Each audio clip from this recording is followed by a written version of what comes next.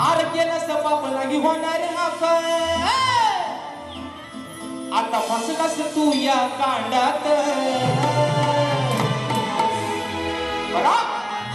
R केलं सपाप नाही होणार माफ आता फसलास तू या कांडात